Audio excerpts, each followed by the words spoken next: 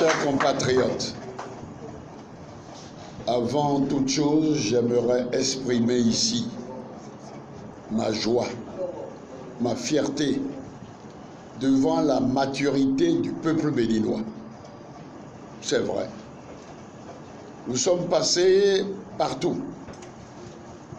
Nous avons eu la chance que des amis très proches nous aient envoyé toute leur affection avec des délégations qui sont venues ici pour apporter vraiment au jeune président qui est là les conseils utiles, efficaces pour que l'Afrique, il ne faut jamais l'oublier, qui pendant 4 siècles a perdu 100 millions d'hommes, de femmes et d'enfants, puisse enfin entamer sa marche vers la terre promise.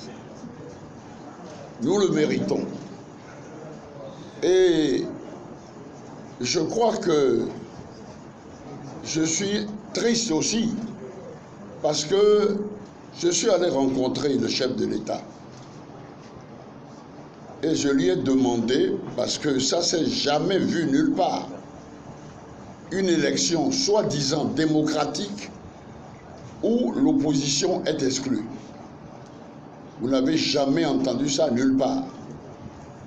Si vous n'avez pas de compétiteur, vous avez beau être mauvais, vous serez réélu. Est-ce que c'est quelqu'un qui a toute sa raison, qui peut tenir des propos de ce genre-là,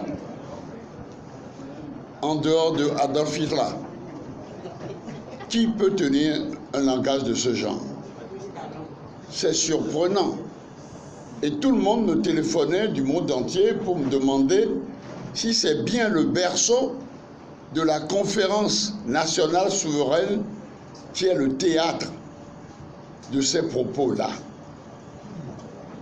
J'ai essayé de faire comprendre à ce jeune petit frère, qui peut être mon fils, de lui faire comprendre que là, véritablement, le diable s'était emparé de lui. Et qu'il fallait qu'il retrouve la raison. C'est pas parce qu'on n'a pas eu de chance dans ses études que tout est perdu, non. Bon, et le fait également que la nature ne lui ait pas donné une taille au-dessus de la moyenne, bon, ça non plus, c'est pas un crime. Souvent, on dit que on a le complexe de Napoléon, mais Napoléon avait du génie. Alors, quand on a tout dit et que la personne persiste dans l'erreur, à ce moment-là, il faut donner la parole au souverain, qu'est le peuple. Et là, je suis fier de notre peuple. Ce peuple a infligé à Talon un démenti cinglant, impitoyable. Et là, ça prouve une fois de plus la qualité de notre peuple. Alors c'est pour ça que je suis à la fois heureux et je voudrais que le président de la République comprenne que s'il ne veut pas écourter son mandat, il serait absolument indispensable qu'on ait vraiment de vraies élections dans notre pays. Sinon, avec ceux qui l'entourent, bon, ils seront responsables des malheurs qui vont s'abattre sur ce pays. J'ai dit à plusieurs reprises qu'en tant que président de la République, j'ai eu à gérer le conflit du Libéria. On a vu comment on enlevait tout entre les jambes d'un certain Samuel Doe. C'était pas très beau. Alors je souhaite que Talon ne connaisse pas un sort aussi funeste. Alors je crois que la balle est maintenant dans son camp. Le peuple a été très clair. On ne peut plus clair. Et ce que je souhaite, c'est qu'ils comprennent qu'il s'est trompé. Comme on dit, errare humanum, persévérer diabolicum. L'erreur est humaine. C'est la persévérer qui est diabolique. Et des gens, je me rappelle quand il a osé, et ça on jugera les criminels qui ont tiré sur nous. Il y a un pasteur qui a dit, c'est Satan qui agit, au fond, comme si c'était Talon. Talon est devenu Satan. Nous étions sortis simplement un vendredi saint pour prier pour lui, prier pour notre peuple, prier pour les déshérités. Et il a osé tirer sur nous. Je le plains, sincèrement.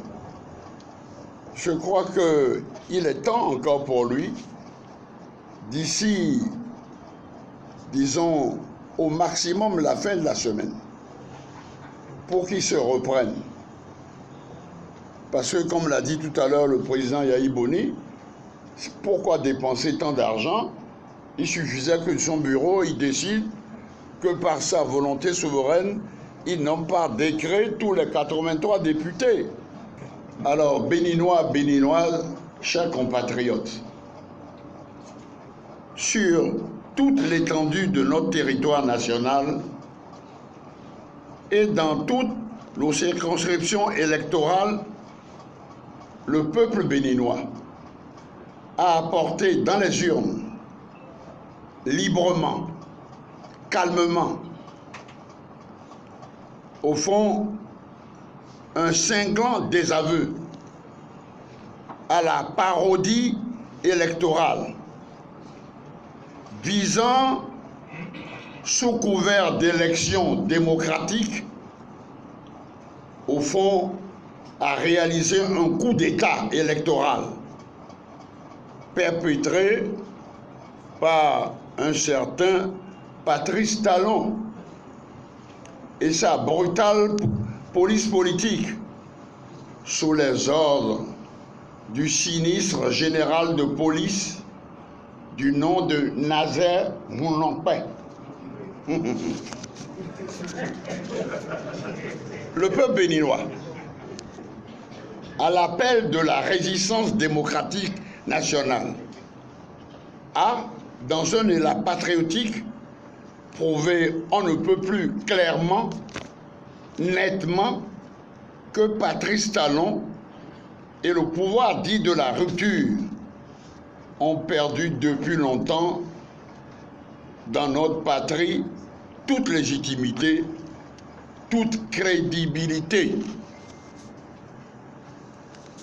Le 28 avril 2019 est la journée de la résistance nationale contre le projet funeste de M. Patrice Talon visant à imposer un régime de tyrannie, de dictature, de despotisme aux antipodes du régime du renouveau démocratique qui, depuis une trentaine d'années, a consacré dans notre patrie la démocratie, l'état de droit, le pluralisme politique, la liberté d'expression et d'association, le consensus comme valeur principale de l'ordre constitutionnel. Le peuple a solennellement proclamé, et vous le savez à plusieurs reprises, qu'il n'y aura pas d'élection sans l'opposition. Dire des choses comme ça, une évidence de ce genre-là, ça surprend dans le pays de la conférence nationale souveraine. Alors, quelle conclusion? Il importe enfin, devant le souverain qu'est le peuple, que M. Patrice Talon tire toutes les conséquences du rejet à plus de 96% de son projet néfaste, dictatorial, de nomination de l'ensemble des 83 députés que compte notre Assemblée nationale. Donc, il est demandé instamment au président Patrice Talon qui présente son délai. Après tout, nous sommes au fond des disciples de Gandhi, de Martin Luther King, de Nelson Mandela. Nous sommes donc ouverts au pardon, qui nous présente sans délai des excuses publiques à notre peuple, qu'il renonce sans délai à la confiscation du pouvoir législatif.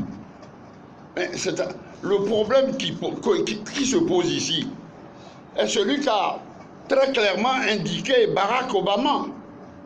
Le problème que nous avons pour la renaissance de l'Afrique, ce n'est pas d'avoir des dictateurs, d'avoir des hommes forts, c'est d'avoir des institutions fortes. C'est parce que ces institutions n'ont pas joué leur rôle que nous nous trouvons aujourd'hui dans cette situation. Si l'Assemblée, si tous les organes dont le ventre traîne par terre avaient joué leur rôle, on n'en serait pas là aujourd'hui. Oui ou non? Oui. Tout le monde est conscient.